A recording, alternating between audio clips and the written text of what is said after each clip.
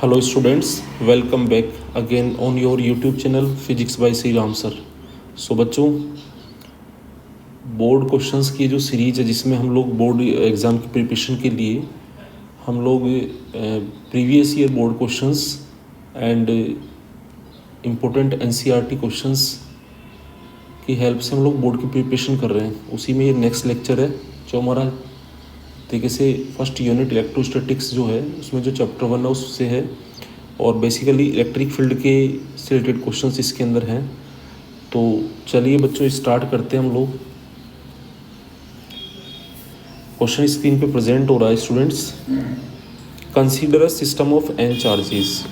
तो बच्चों में क्या दिया है, there are N charges Q1 Q2 to Qn with position vectors r1 vector r2 vector r3 vector up to rn vector relative to some origin। ये position vector किसके respect में है, ये बच्चों ओरिजिन के रेस्पेक्ट में है। Now deduce the expression for the net electric field. हमें निकालना है टोटल इलेक्ट्रिक फील्ड कहाँ पे, एट पॉइंट पी पॉइंट पे निकालना है with a position vector R P vector है due to this system of charges. तो इसकी वजह से हमें नेट इलेक्ट्रिक फील्ड निकालना है। तो हमें गिवन क्या है, हमारे पास जो गिवन इन्फॉर्मेशन होती है उसी के फॉर्म में हमें आंसर देना होता है। तो हमारे पास Q1 Q2 up to Qn ये हमारे पास चार्जेस है और इनके position vector r1 vector r2 vector इस तरह से rn वेक्टर ये विद रेस्पेक्ट टू ओरिजिन है। और हमें एक पी पॉइंट का पोजीशन वेक्टर आर पी भी गिवन है विद रेस्पेक्ट टू ओरिजिन।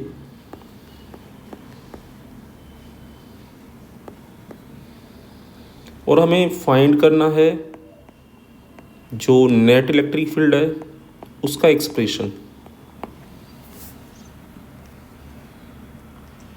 तो चलिए बच्चों इस पे काम करते हैं। तो सबसे पहले हम लोग जब हमारे पास पोजीशन वेक्टर्स आ जाते हैं तो हमारा पहला जो काम होता है वो होता है कोऑर्डिनेट सिस्टम बनाना। तो हम एक कोऑर्डिनेट सिस्टम बना लेते हैं।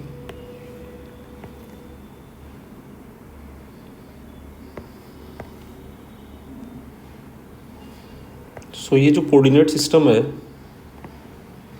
इसके अंदर ये बेटा एक्स एक्सिस हो गई और ये बच्चों वाई एक्सिस हो गई। अब हमें Q1 Q2 Qn हम कुछ पॉइंट्स पर देते हैं। तो Q1 लेट से यहाँ पर है, दिस इज़ Q1, इस पॉइंट पे Q1 है। तो पोजीशन वेक्टर कैसे बनाते हैं ओरिजिन के रेस्पेक्ट में, जिस पॉइंट का पोजीशन बताना है एरो वहाँ फिनिश होता है और जिसके रेस्पेक्ट में बताना वहाँ से स्टार्ट होता है। तो ये हमारा R1 वेक्टर हो गया, ये Q1 का पोजीशन वेक्टर हो गया। ऐसे हमें Q2 का बताना है तो लेट से Q2 यहाँ रखा हुआ है, सपोज कर लेते हैं। तो इसका पोजीशन बता रहे हैं हम लोग ओरिजिन के रेस्पेक्ट में। तो बच्चों ये हो गया Q2 का पोजीशन वेक्टर, R2 वेक्टर,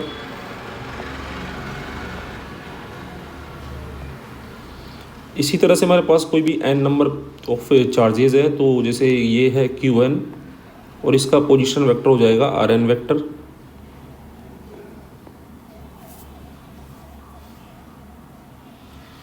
तो इस तरह से हम लोग ना ये पोजीशंस हमने बता दी है। अब हमें फील्ड कहाँ निकालना है, P पॉइंट पे। तो चलिए P पॉइंट का पोजीशन भी बता देते हैं। तो लेट से बच्चों ये पॉइंट P है, this is the point P और P का ओरिजिन से हम पोजीशन बताते हैं। So this is RP vector. तो ये हमारे पास P का पोजीशन वेक्टर हो गया ओरिजिन के रेस्पेक्ट में, RP वेक्टर। अब देखो बच्चों हमें क्या करना होगा, पहले इस P पॉइंट पे Q1 की वजह से निकालना होगा इलेक्ट्रिक फील्ड। तो इसके लिए हमें क्या करना पड़ेगा, ये जो पॉइंट P है ना इसका Q1 के रेस्पेक्ट में पोजीशन लिखना पड़ेगा, पोजीशन वेक्टर लिखना पड़ेगा। तो किसका पोजीशन वेक्टर लिखना है हमें लिखना है P पॉइंट का Q1 के रेस्पेक्ट में। तो Q1 से स्टार्ट होगा, P पे ख़त्म होगा। This is the position vector of P with respect to Q1 means 1, RP1। ऐसे मुझे Q2 की वजह से निकालना होगा तो मुझे Q2 से भी इसका पोजीशन बताना होगा। तो ये हो गया position vector of point P, किसके रेस्पेक्ट में हो गया, ये Q2 के रेस्पेक्ट में with respect to 2। Now electric field जो होगा यहाँ पे, तो यहाँ पे जो इलेक्ट्रिक फील्ड क्रिएट होगा तो लेट से Q1 की वजह से इलेक्ट्रिक फील्ड इस तरफ है E1,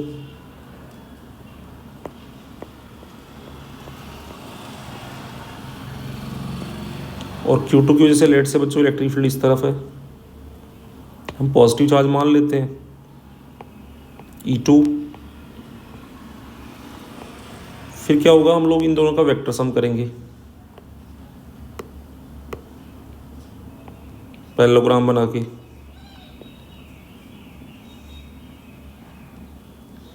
तो ये हमारे पास क्या आएगा, नेट इलेक्ट्रिक फील्ड आएगा किसका, 1 और 2 का।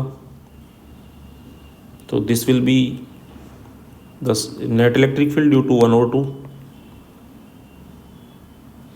अब हमने 2 का नेट निकाल लिया, फिर इसको थर्ड के साथ ऐड करेंगे, फिर फोर्थ के साथ ऐड करेंगे। इस तरह से ये डायग्राम डेवलप होगा। तो सुपरपोजिशन प्रिंसिपल पर बेसिकली ये क्वेश्चन बेस्ड है।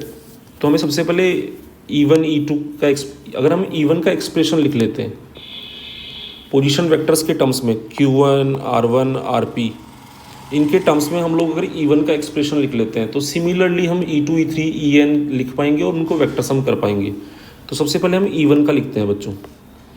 तो वेक्टर फॉर्म यूज़ करना रहेगा हमें यहाँ पे। तो इलेक्ट्रिक फील्ड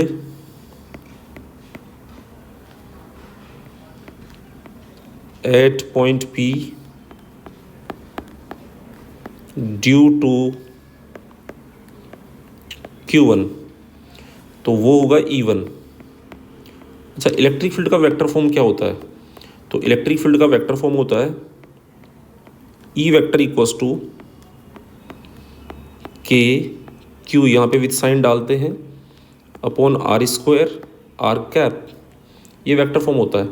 और इसको हम लोग ऐसे भी लिख देते हैं K Q, R कैप को लिखते हैं R वेक्टर अपॉन R। तो this will become R vector upon R लिखेंगे तो ये R³ हो जाएगा बच्चों। और इसको थोड़ा और बेटर लिख देता हूँ मैं, E वेक्टर। तो सबसे पहले हम यहाँ पे लिख देते हैं vector form of electric field, vector form of electric field due two point charge. Point charge की वजह से इलेक्ट्रिक फील्ड का वेक्टर फॉर्म कैसा होता है, तो ये फॉर्मूला हमने लिख दिया। जब भी बच्चों हम लोग वेक्टर फॉर्म यूज़ करते हैं तो हम लोग यहाँ पे चार्ज का वैल्यू विद साइन ही पुट करते हैं, बट यहाँ पे तो हमें Q1 Q2 गिवन है तो Q1 Q2 डाल दिया हमने। तो इसको हम इस तरह से भी लिख सकते हैं, E vector equals to K Q1 upon ये जो R² है, ये क्या है, एक तरीके से ये R वेक्टर का मैग्नीट्यूड ही है। तो यहाँ पे आ जाएगा R वेक्टर के मैग्नीट्यूड का क्यूब इंटू R वेक्टर। इसको हमने इस तरह से लिख दिया। अब स्टूडेंट्स हमें क्या करना है, Q1 की वजह से निकालना सबसे पहले। तो now electric field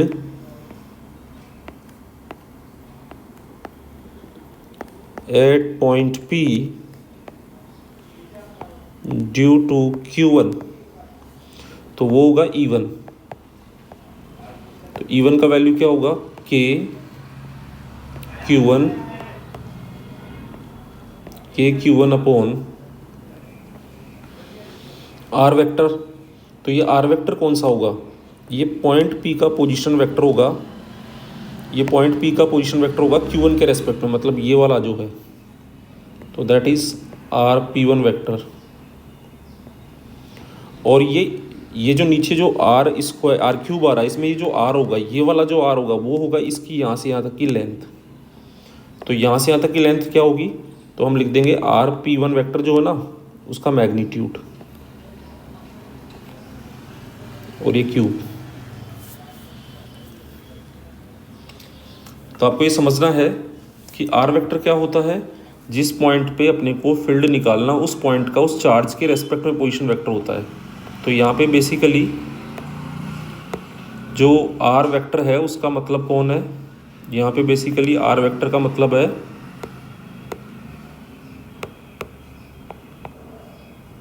RP1 vector. सो यहाँ पे जैसे R1 आता तो ये बेसिकली RP1 वेक्टर है, बट हमें क्वेश्चन में RP1 नहीं गिवन है, हमें R1 R2 RP गिवन है। तो इसको ओपन कर देते हैं। तो यहाँ से अगर आप इस ट्राइंगल को देखें तो यहाँ हम ट्राइंगल लो अगर यूज़ करें वेक्टर एडिशन का, तो आप इस वाले ट्राइंगल पे फोकस करें, ये और ये वेक्टर का सम इसके इक्वल है। तो पहला वेक्टर कौन सा है, R1 वेक्टर कॉन्जिक्यूटिव, दूसरा कौन सा है RP1 वेक्टर, तीसरा कौन सा है जो अपोजिट में आ रहा है RP वेक्टर। तो हमारा RP1 वेक्टर हो जाएगा RP vector minus R1 vector, ऐसे ही RP2 हो जाएगा हमारा, RP2 जब हमें लिखना पड़ेगा तो वो हमारा हो जाएगा RP vector minus R2 vector. Similarly हम लिख पाएंगे, तो यहाँ पे भी हम ऐसे लिख देते हैं, दिस इज KQ1 और इसको हमने लिखा RP vector minus R1 vector, और यहाँ पे हमने लिखा RP vector minus R1 vector और यहाँ पे Q। अब जब हमने E1 लिख लिया तो सिमिलरली हम बाकी सबके लिए लिख सकते हैं। देखिए किस तरह से हम लोग लिखेंगे।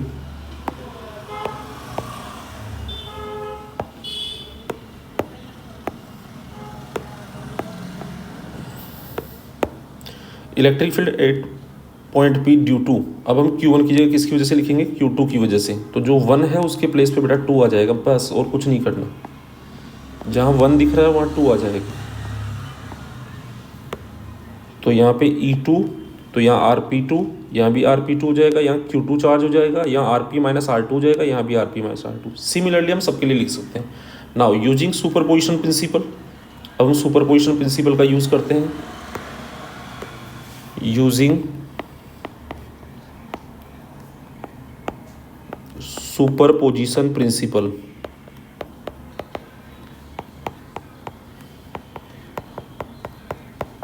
क्या होता है बच्चों, जो नेट इलेक्ट्रिक फील्ड होता है वो इंडिविजुअल चार्जेस की वजह से जो फील्ड्स होते हैं उनका वेक्टर सम होता है, E1 vector plus E2 vector, similarly करते जाएंगे EN वेक्टर, ये होता है।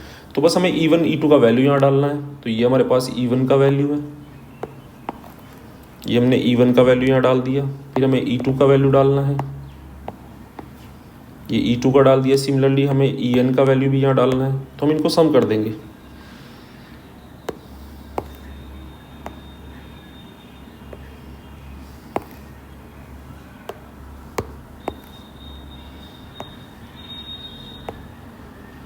तो हम लोग क्या कर रहे हैं, इनका वेक्टर सम कर रहे हैं बच्चों।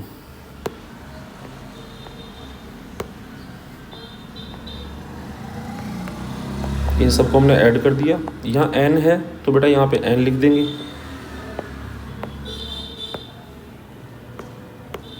Qn Rn Rn। नाउ ये हमारा आंसर हो गया।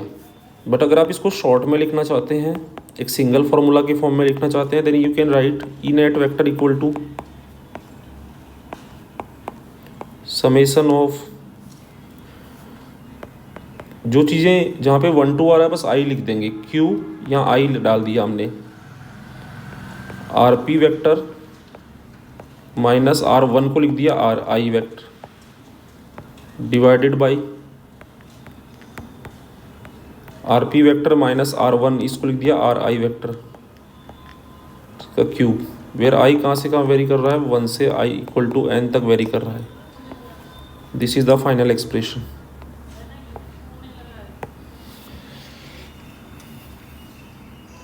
सो I hope you have understood this solution.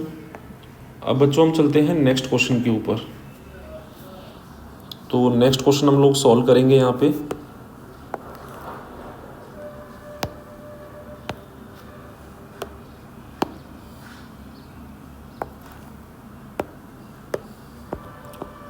So this is the next question. ये मैंने सॉल्व किया था कल, but at the time of recording ये ऑफ हो गया था, दैट्स वाई ये क्वेश्चन तो सॉल्व हो गया था बच्चों, बट मैं इसको रिकॉर्डिंग इसका स्टॉप हो गया था। तो मैं आपको ये डायरेक्टली बता रहा हूँ कि कैसे सॉल्व करेंगे इस क्वेश्चन को, तो आप ध्यान से समझेंगे।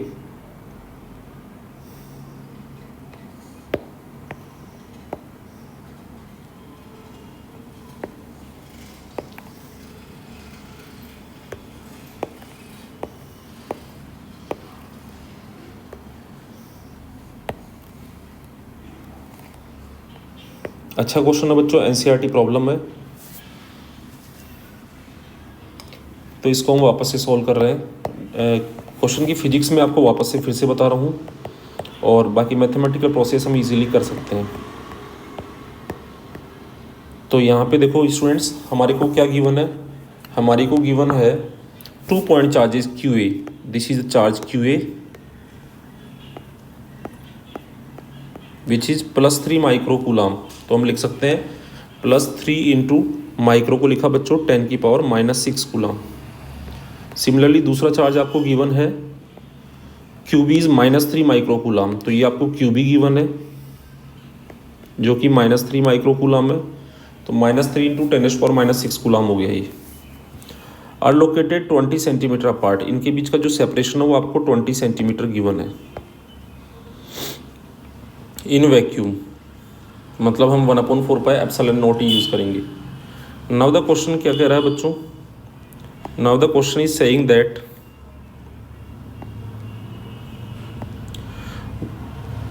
What is the electric field at the mid point. Mid point ये हमारे पास हो गया, तो यहाँ से इसका डिस्टेंस हो गया इस 10 सेंटीमीटर, और यहाँ से भी हो गया 10 सेंटीमीटर। तो मिड पॉइंट पे इलेक्ट्रिक फील्ड निकालना, तो हमें दोनों चार्जेस का इलेक्ट्रिक फील्ड निकाल के उसका वेक्टर सम करना पड़ेगा, सिंपली सुपरपोजिशन प्रिंसिपल। तो पॉजिटिव चार्ज है ये पहले क्यू ए, तो क्यू ए के कारण बच्चों फील्ड यहाँ पे किधर होगा, तो पॉजिटिव चार्ज के कारण अवे होता है, तो this is E A, away from the charge. और क्यू बी कैसा है, ये नेगेटिव, तो इसके कारण इस पॉइंट पे electric field towards the charge होगा, तो ये हो जाएगा ई बी।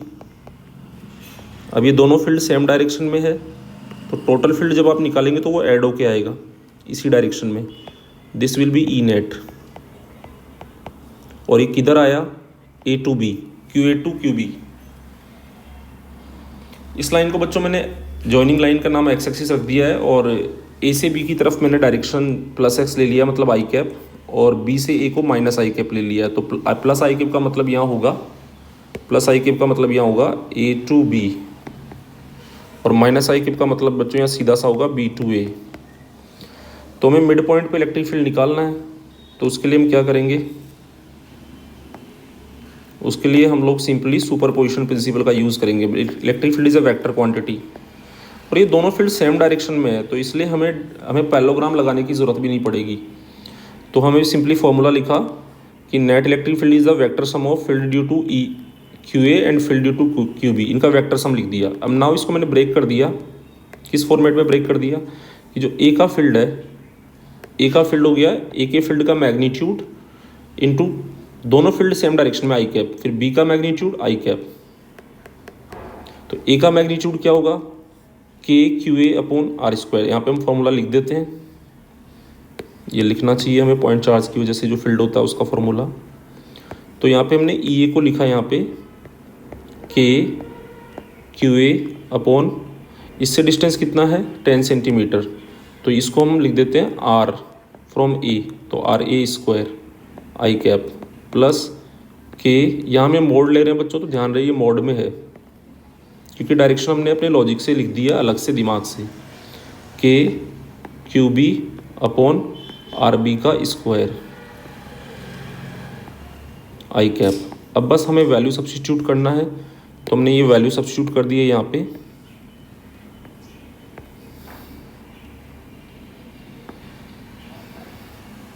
और जब हमने ये वैल्यू सब्स्टिट्यूट किए तो यहाँ पे हम वैल्यूज़ को सब्स्टिट्यूट कर दिया हमने, और वैल्यू सब्स्टिट्यूट करके सॉल्व करने का जो मैथमेटिक्स है वो मैं आपके लिए छोड़ रहा हूँ। आप इसको जब सॉल्व करेंगे तो आपका इलेक्ट्रिक फील्ड दोनों ऐड होके ये वैल्यू फाइनली आपके पास आ जाएगा। अब डायरेक्शन कौन सा आएगा बच्चों, ये डायरेक्शन आया आई कैप। आई कैप का मतलब है from A to B point, Q A से क्यू बी की तरफ आया। ये हमने इसका फर्स्ट पार्ट फिनिश किया। अब हम इसके सेकंड पार्ट बी पार्ट पे चलते हैं बच्चों। बी पार्ट पे इन्होंने हमसे क्या बोला है, बी पार्ट पे इन्होंने हमसे बोला है बच्चों, पहले रीड करते हैं अच्छे से कि बी पार्ट में ये हमसे क्या बोल रहे हैं। A negative test charge of magnitude 1.5 into 10⁻⁻9 coulomb, this is basically nano coulomb, is placed at this point. अब ये जो मिड पॉइंट O है ना, इस पे ये चार्ज इन्होंने रख दिया नेगेटिव नेचर का, इस पे ध्यान देना है. और is the force experience by the test charge. तो चलिए ये जो पॉइंट O है, ये जो पॉइंट O है, इस पे इन्होंने एक चार्ज रख दिया है. लेट से इसको Q बोलो या Q0 बोल देते हैं. दैट इज़ नेगेटिव नेचर का है एंड कितना है 1.5 इंटू 10⁻⁻9 कूलम. अच्छा, इस पॉइंट पे नेट इलेक्ट्रिक फील्ड किधर आया है, इधर आया हमारा A to B. ये इस पॉइंट पे जो इलेक्ट्रिक फील्ड हमें मिला है वो इधर मिला है और कितना मिला है 5.4 इंटू 10⁻⁶ न्यूटन अपॉन कूलम मिला है आई कैप डायरेक्शन में. अब ये चार्ज हम यहाँ रखेंगे तो इस पर फोर्स किधर लगेगा. तो पहले तो आपको पता होना चाहिए कि, वैसे तो पता होना चाहिए कि नेगेटिव चार्ज जब होता है तो फोर्स फील्ड के अपोजिट लगता है. तो इस पे जो फोर्स आएगा ना वो आपका माइनस आई कैप में आएगा. पहली चीज़ तो ये है. अब आप सोच रहे होंगे कि याद है तो अच्छी बात है, नहीं तो फॉर्मूले से को भी अगर आप प्रॉपर वेक्टर फॉर्म में लगाएंगे तो यही मिलने वाला है.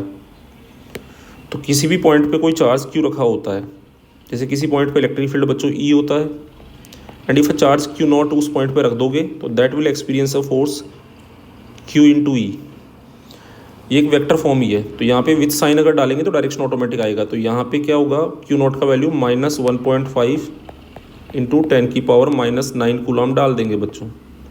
और इलेक्ट्रिक फील्ड का वैल्यू डालेंगे 5.4 इंटू 10⁻⁶ न्यूटन अपॉन कूलम आई कैप. तो ये कूलम से कूलम कट गया. तो जब आप इसको सॉल्व करेंगे then how much value you will get. तो जब आप इसको सॉल्व करेंगे, मैथमेटिक्स इज़ फॉर यू, तो 1.5 और 5.4 को डेफिनेटली आपका अप्रॉक्सीमेटली 8.1 आएगा बच्चों वैल्यू इंटू 10⁻⁻3 न्यूटन. पावर्स -9 + 6 करेंगे और इसका जो डायरेक्शन आएगा, ये माइनस जो है ना ये आई कैप को दे देंगे हम लोग. तो डायरेक्शन आएगा माइनस आई कैप. माइनस आई कैप का मतलब है B/A. तो फील्ड आई कैप में फोर्स माइनस आई में आ रहा है. क्यों? क्योंकि ये चार्ज नेगेटिव है. इसको आप ऐसे भी लिख सकते हैं 8.1 10⁻⁻3 को बोलते हैं मिली. तो मिली न्यूटन माइनस आई कैप और यू कैन से B/A. अब चलते हैं बच्चों हम नेक्स्ट प्रॉब्लम के ऊपर. सो नेक्स्ट क्वेश्चन सॉल्व करते हैं.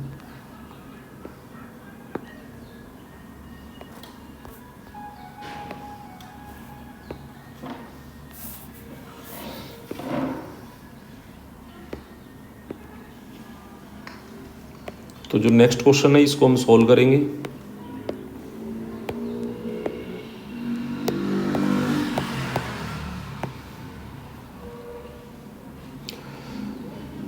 सो ये जो क्वेश्चन है this is based on Millikan oil drop experiment.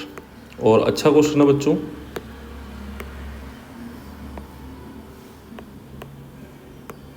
Millikan's oil drop experiment पर बेस्ड है. इसमें बेसिकली है क्या बच्चों, कंडीशंस.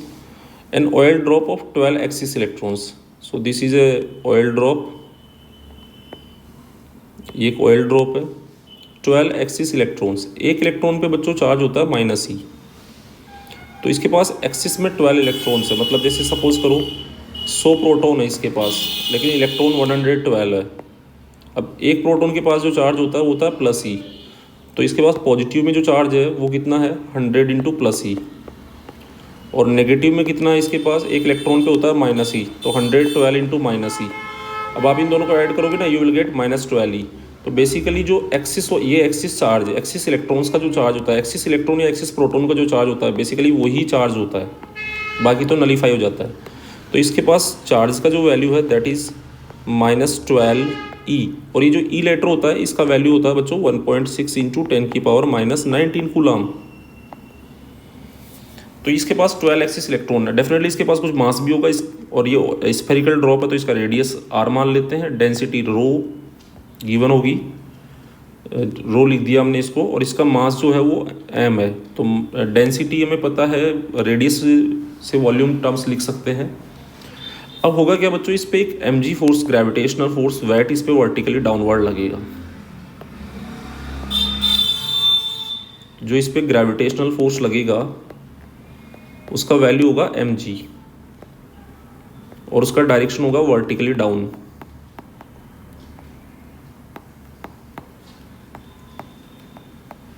तो अब अगर मुझे मान लो इसको रोक के रखना है, अगर मुझे इसको रोक के रखना है और इसके पास चार्ज है तो मैं इस पर इलेक्ट्रिक फोर्स लगा सकता हूँ।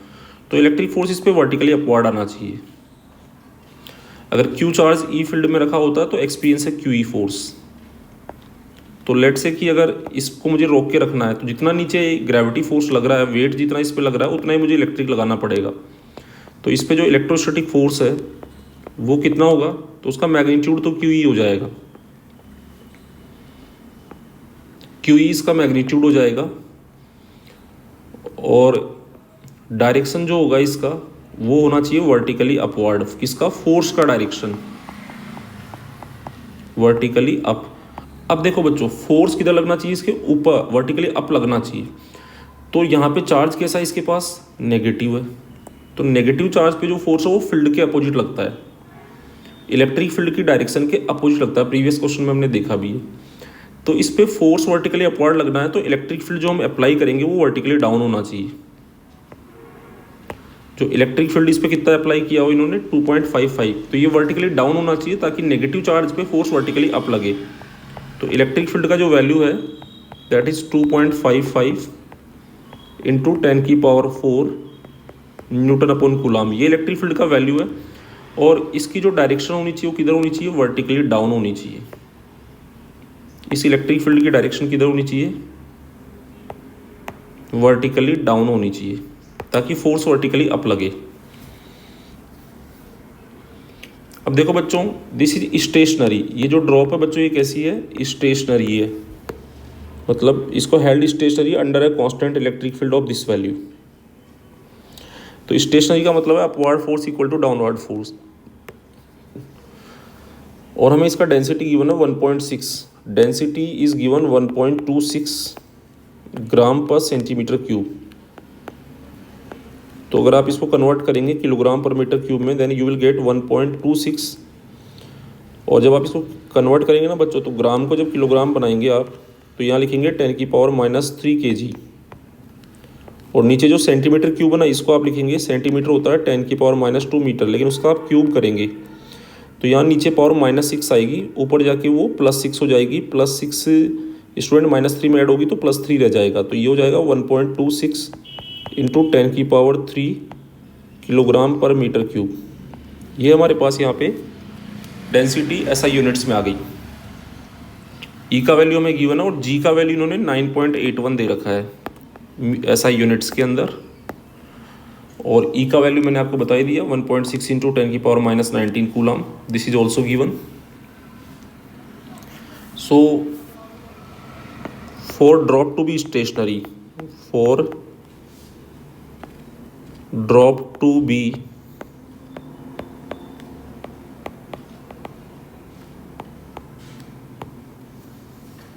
स्टेशनरी क्या होना चाहिए, इस पे जो वेट एक्ट कर रहा है, ग्रेविटेशनल फोर्स का ही नाम वेट है, that should be equals to electrostatic force. Weight electrostatic force के इक्वल होना चाहिए। वेट क्या है, mg। इलेक्ट्रोस्टैटिक फोर्स क्या है, QE।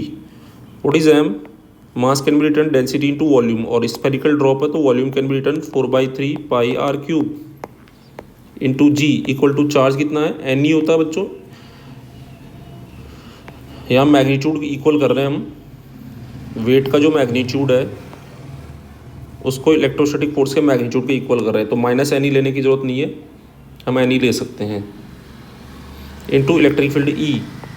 तो यहाँ से हमारे पास पहले रेडियस का क्यूब आएगा r³, वो कितना आएगा, 3 उधर जाएगा 3NE इंटू E।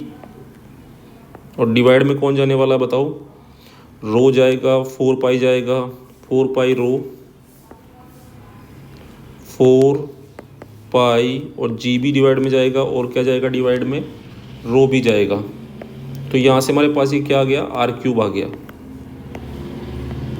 अब r³ आपके पास आ गया तो r आ जाएगा, इसका क्यूब रूट ले लेंगे। तो इसका हम लोग क्यूब रूट ले लेते हैं, तो हमारे पास R का वैल्यू आ जाएगा 1/3। So 3 into number of electron is 12 into E का वैल्यू बच्चों हम जानते हैं 1.6 इंटू 10⁻⁻19 कूलाम। इलेक्ट्रिक फील्ड में गिवन है 2.55 इंटू 10⁻⁴। सारी चीज़ें बेटा ऐसा यूनिट्स में डालनी है, इस बात का ज़रूर ध्यान रखो। 4 पाई का वैल्यू 3.14, जी का वैल्यू 9.81 बोला इन्होंने, एंड रो का वैल्यू हमने निकाला 1.26 into 10⁻³ kg/m³ raise to power 1/3। अब अगर हम आगे बात करें तो ये कैलकुलेशंस हम लोगों को करनी है। तो यहाँ पे अगर आप देखें तो कैलकुलेशंस में पावर्स को एक तरफ ले लेते हैं। पहले 3 इंटू 12 इंटू 2.55, ये तो नंबर्स है यहाँ पे, इंटू पावर्स जो है यहाँ पे है 10⁻⁻19 और +4। ऐसे डिनोमिनेटर में हम लोग कर लेते हैं 4 इंटू 3.14 इंटू 9.81 इंटू 1.26, और पावर कितनी है यहाँ पे? यहाँ पे पावर है बच्चों 10⁻3, ऊपर जाएगा तो -3 हो जाएगा, तो ऊपर -18 पावर बन रही है यहाँ पे, रेज़ टू पावर 1/3। अब हम इसको सॉल्व करते हैं तो 4 से हम इसको कैंसिल कर सकते हैं 3 टाइम्स, ये हमने इसको कैंसिल कर दिया, और अप्रॉक्सीमेटली ये इससे अप्रॉक्सीमेटली 2 टाइम्स कैंसिल हो जाएगा। और यहाँ से अगर हम देखें तो हमारे पास जो नंबर्स आ रहा है ऊपर, वो हमारे पास आ रहा है 3 3 जा 9, 9 2 जा 18, 18 न्यूमरेटर में रह गया, और नीचे मेरे पास रह गया 3.14 इंटू 9.81, और पावर मेरे पास कितनी रह गई? 10⁻⁻18 रह गई, रेज़ टू पावर 1/3। अब मैं इसके अंदर ही अगर मैं इसको एक काम करता हूँ कि अगर मैं इसके इनसाइड ही इसको 10 से मल्टीप्लाई 10 से डिवाइड कर दूँ, तो फिर ये मेरे पास 27 के आसपास बनता है, या यहीं पे मेरे को क्यूब रूट लेना चाहिए। तो फिर ये 6 का पावर 18 है, इसका क्यूब रूट बच्चों अगर अपन लेंगे तो 10⁻⁻6 आ जाएगा। तो यहाँ पे 10⁻⁻6 आ गया, और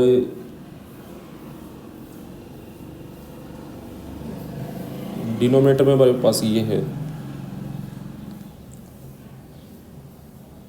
तो हम इसको अगर अप्रोक्सीमेशन के साथ चलें तो अप्रोक्सीमेशन बेटा इस ऐसे क्वेश्चन में थोड़ी अप्रोक्सीमेशन करनी पड़ेगी। 9.81 को मैं 10 ले लूँ, और 3.14 को मैं अप्रोक्सीमेटली 3.14 को मैं अप्रोक्सीमेटली 3 ले लूँ, और 9.81 को मैं अप्रोक्सीमेटली 10 ले लूँ, तो डिनोमिनेटर मेरे पास 30 बनता है। तो मैं ऐसे लिख सकता हूँ, देखो यही तो चीज़ है। अब आप यही सोचेंगे कि सर यहाँ फंस गए, अब तो कैलकुलेशन टफ हो गई है, तो ऐसे थोड़ा अप्रोक्सीमेशन लगाना पड़ेगा। तो 18 अपॉन इसको मैंने ले लिया 9.10 इंटू 10⁻⁻18 रेज़ टू पावर 1/3। तो ये मेरे पास वैल्यू यहाँ पे आ गया है। अब यहाँ पे 18 में मुझे 30 का डिवाइड करना है, तो 1 से लेस नंबर आ रहा है, तो मैं 10 से मल्टीप्लाई करूँ, 10 से डिवाइड करूँ, या 10⁻3 से करता हूँ, तो यहाँ पे मैं कहूँ ना 21 पावर बना लेता हूँ। 21 पे फिर 7 आ जाएगा यहाँ पे, तो 21 बनाने के लिए 1000 से ही मल्टीप्लाई करता हूँ, तो 1000 से मल्टीप्लाई 1000 से डिवाइड, तो ऊपर हो जाएगा मेरे पास। यहाँ पे मैंने देखो क्या किया, 10⁻3 से मल्टीप्लाई किया, और 10⁻3 से यहाँ पे डिवाइड भी कर दिया। तो ये पावर्स तो मेरे पास बेटा हो गई यहाँ पे 21। अब अगर मैं इसका क्यूब रूट निकालता हूँ तो मेरे पास ये यहाँ पे एक्सप्रेशन बन रहा है बच्चों 18, और नीचे हो गया मेरे पास ये 30, तो 1 0 तो मेरा वैसे कैंसिल हो जाएगा, तो ये ऊपर हो जाएगा 1800। ऊपर बेटा हो गया 1800, नीचे हो गया 3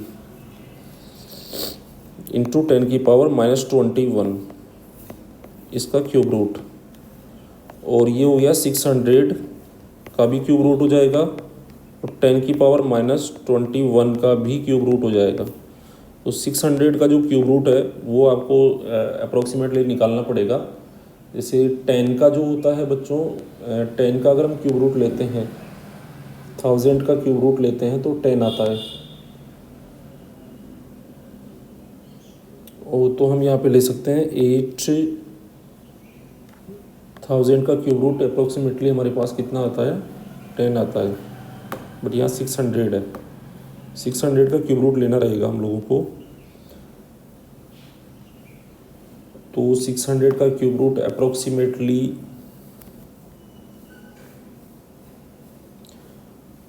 कुछ मिसिंग तो नहीं है, I hope something is missing here. ये बड़ा एक चीज़ हमारी यहाँ ऊपर न्यूमरेटर में मिस हो गई है, ये 1.6 ये हमने कहीं मिस किया शायद, क्योंकि हमने यहाँ लिखा 3 × 12 × 2.55। डेफिनेटली हमने यहाँ थोड़ा मिस किया है। बेटा कैलकुलेशन आप खुद कर सकते हो, लेकिन मैं एक बार वापस से फिर कर रहा हूँ बिकॉज मैंने यहाँ पे 1.6 को मिस किया है। तो यहाँ पे मैं क्या कर रहा हूँ, वापस से कर रहा हूँ बच्चों। तो ये हो गया 3 × 12 × 1.6 × 2.55,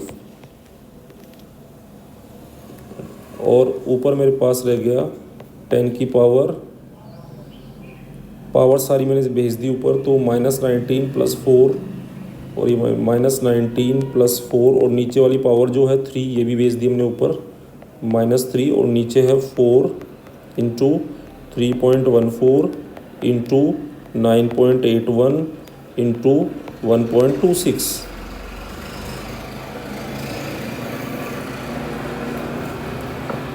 तो ये बेटा मैं डिटेल में सॉल्व क्यों कर रहा हूँ, तो क्या होता है आप लोग सोचते हैं सर इतना टफ कैलकुलेशन है कैसे करेंगे।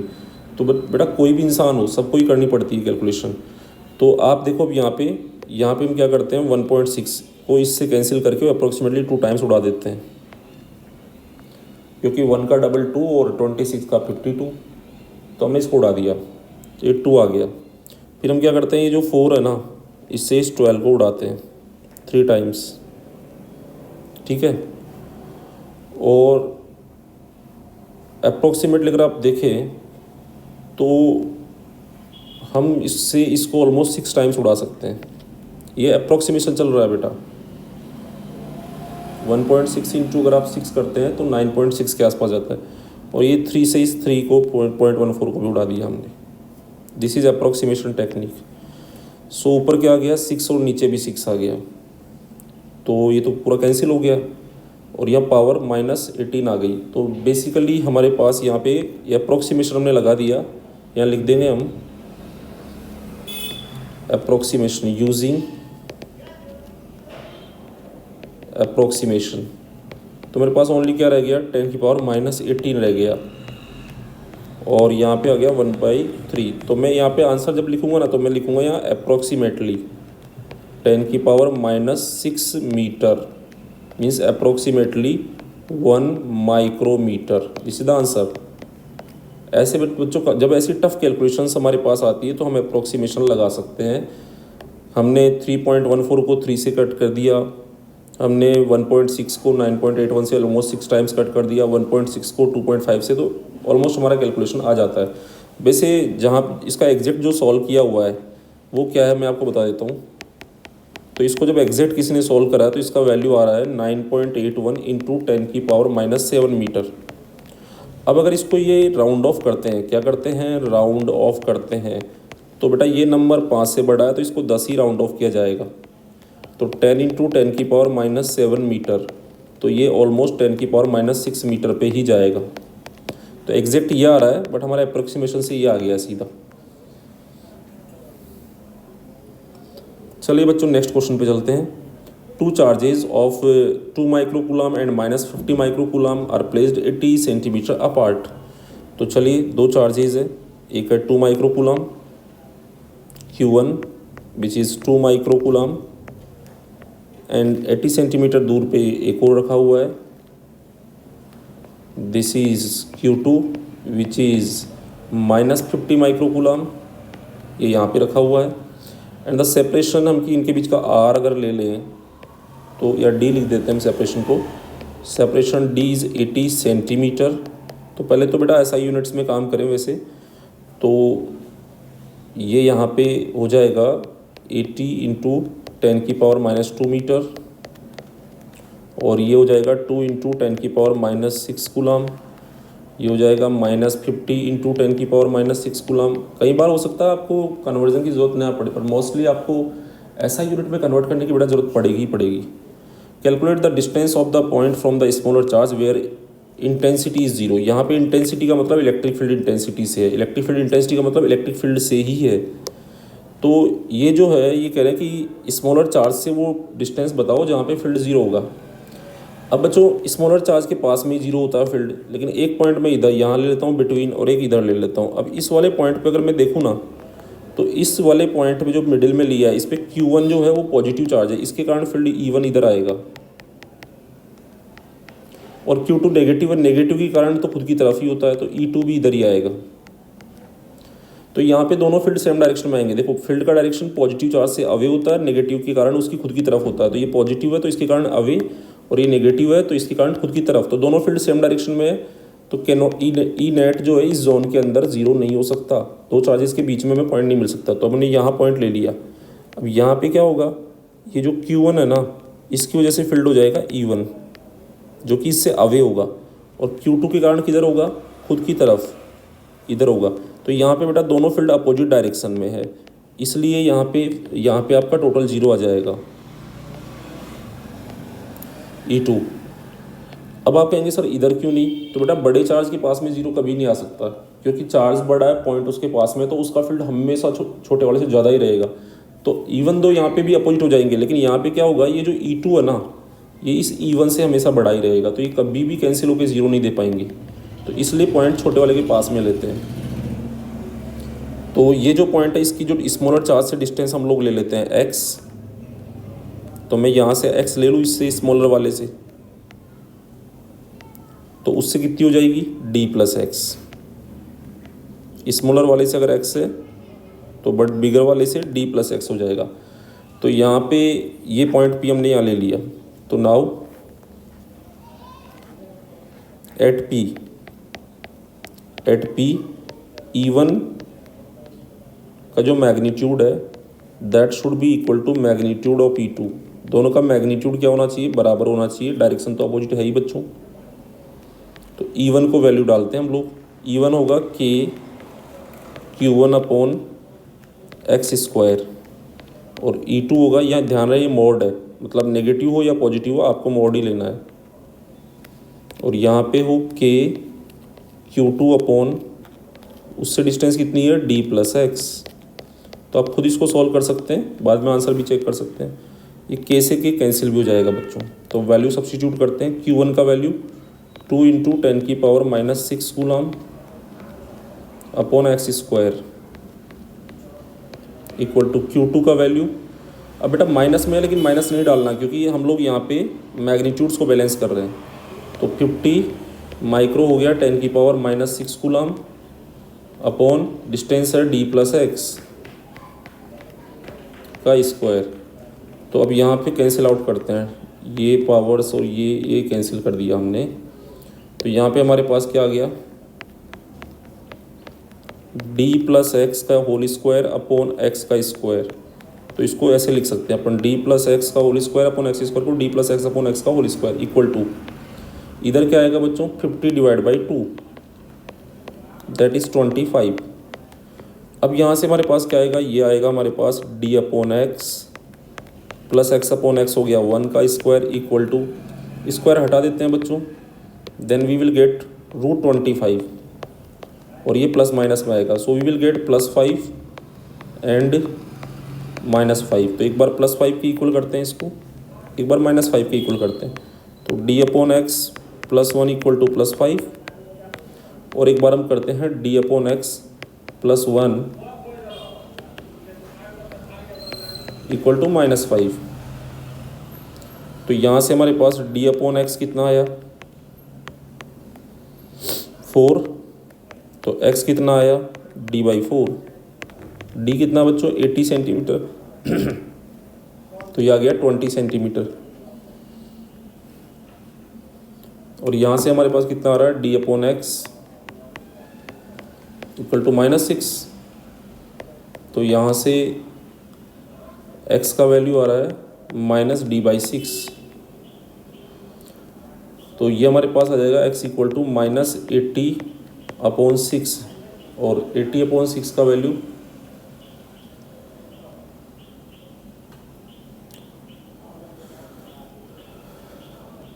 थर्टीन पॉइंट समथिंग जो वैल्यू आएगा, माइनस में 13.3 के आसपास जो वैल्यू जाएगा,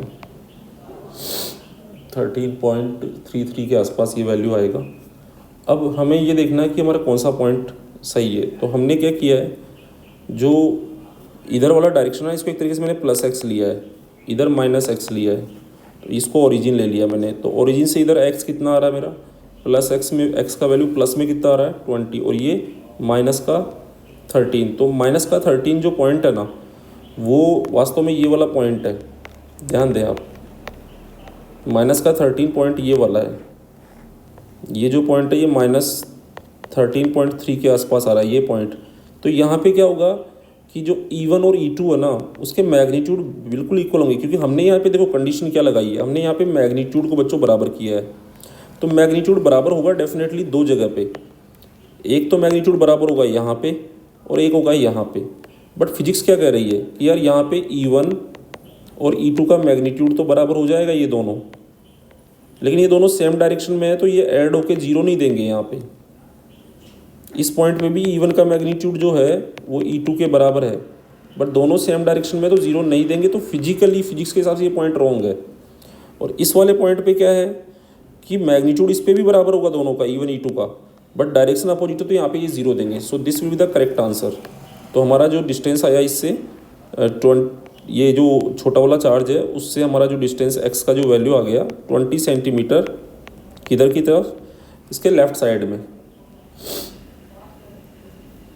तो ये हमारा इस तरह से आंसर हो जाएगा इस क्वेश्चन का। एंड नाउ वी मूव, सो हमारा आंसर यही होगा। इसके लिए हम लिख देंगे फिजिकली रॉन्ग। फिजिकली बेटा ये रॉन्ग है, मैथमेटिकली ये सही आ रहा है भले ही, बट फिजिकली रॉन्ग है। और ये हमारा मैथमेटिकली भी आ रहा है और फिजिकली भी हम इसको जब एनालिसिस कर रहे हैं तो हमारा सही आंसर दे रहा है ये। चलो बच्चों नेक्स्ट क्वेश्चन और सॉल्व कर लेते हैं। एक ऐसा ही है, सेम इसलिए कर लेते हैं। 2 पॉइंट चार्जेस +5 एंड देन दोनों ++ है, डिस्टेंस 2 मीटर है। Find the point where field is 0। तो अब दोनों ++ है तो फिर तो आपको मिडिल बीच में ही मिल जाएगा पॉइंट। सेम नेचर के होते हैं तो बीच में छोटे वाले के पास मिल जाता है।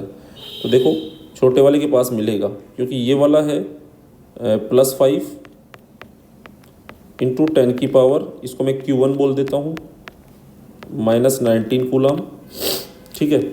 और ये वाले को मैं Q2 बोल देता हूँ, दैट इज़ 20 इंटू 10 की पावर -19 कूलम। तो अब क्या होगा कि इस पॉइंट पे दोनों सेम प्लस है, दोनों प्लस है तो ये Q1 इधर इलेक्ट्रिक फील्ड क्रिएट करेगा E1 और Q2 इधर करेगा E2। तो ये कट होके 0 आ सकते हैं यहाँ पे, डायरेक्शन इज अपोजिट। सो इसका डिस्टेंस हम क्या करते हैं, यहाँ से दोनों के बीच में सेपरेशन 2 मीटर है, तो इससे हम ले लेते हैं, लेट से ये ओरिजिन ले लिया, इस डायरेक्शन को या +x ले लो, इस डायरेक्शन को आप +x ले लो अब की बार। और ये वो पॉइंट है जहाँ पे x 0 है, तो फिर इस पॉइंट का डिस्टेंस यहाँ से x हो जाएगा और यहाँ से 2 - x हो जाएगा उस वाले से। तो E1 जो है इक्वल टू E2 कर देंगे, ठीक है। कौन सा पॉइंट है ये, P पॉइंट, एट P। फिर से हम मैग्नीट्यूड्स को इक्वल कर देंगे, तो यहाँ से K तो कैंसिल हो जाएगा और ये हो जाएगा Q1/x²। चलो K ये हो जाएगा Q2/2 - x²। तो K से K कट गया तो Q1 का वैल्यू 5 इंटू 10 की पावर -19 कूलम और ये है x²। और ये आ गया बच्चों के से के कैंसिल हो गया, Q2 का value 20 into 10⁻−19 coulomb upon 2 - x का होल स्क्वायर, 10⁻19 से 10⁻19 को उड़ा दिया, और इसके बाद हमारे पास आ गया ये 2 - x का स्क्वायर है और नीचे x का स्क्वायर है, तो होल स्क्वायर लगा देते हैं और इधर 20/5 कर देते हैं, दैट इज बिकम्स 4। तो ये हमारे पास आ गया बच्चों 2/x माइनस x/x हो जाएगा 1 और स्क्वायर इक्वल टू √4 हो जाएगा +-2। तो हमने स्क्वायर हटा दिया तो उधर +-2 आ गया। तो एक बार +2 लेंगे, एक बार -2 लेंगे, सेम प्रोसीजर जो पिछले क्वेश्चन में किया था। तो 2/x -1 इक्वल टू +2 और दूसरा हम लेंगे 2/x -1 इक्वल टू -2। तो यहाँ से आ जाएगा 2/x equal to -2 + 1 that is -1 और x का वैल्यू सीधा सीधा -2 आ गया, -2 मीटर। यहाँ से हमारे पास x का वैल्यू आ जाएगा 2/3 मीटर और यही करेक्ट होगा, ये फिजिकली रॉन्ग होगा, फिजिक्स के हिसाब से रॉन्ग होगा। उसका रीज़न है ये ओरिजिन आपने लिया है तो -20 इधर चलना पड़ेगा, तो यहाँ पे -20 पे तो दोनों फील्ड सेम डायरेक्शन में ही होंगे, दोनों के फील्ड सेम डायरेक्शन में होंगे तो जीरो आ ही नहीं सकता। तो देयरफॉर जो राइट आंसर है वो हो गया हमारे पास 2/3 मीटर। किससे हो गया? इससे, छोटे वाले चार्ज से, तो उससे हो जाएगा 2 - 2/3, आई थिंक 4/3 हो जाएगा। So this is the correct answer. So thank you so much students for watching this video and we will do some more questions. आगे हम इसको कंटिन्यू करेंगे और इन क्वेश्चंस के थ्रू ही हम, अगर आप ये सारे क्वेश्चंस करते चलते हैं मेरे साथ तो आपका ये पूरा चैप्टर तैयार हो जाएगा बच्चों, सारे फॉर्मूले भी याद हो जाएंगे और ऐसे ही तो क्वेश्चन आपको देखने को मिलेंगे पेपर के अंदर, तो आप इजीली हाउ टू आंसर कर पाओगे, उसको प्रैक्टिस भी अच्छे से होगी। आप क्वेश्चन देख के खुद भी ट्राई करें एंड देन बाद में सॉल्यूशन देखें। सो और अपने दोस्तों को लाइक शेयर ज़रूर करें, खुद भी लाइक शेयर सब्सक्राइब करें बच्चों। Thank you so much for watching this video.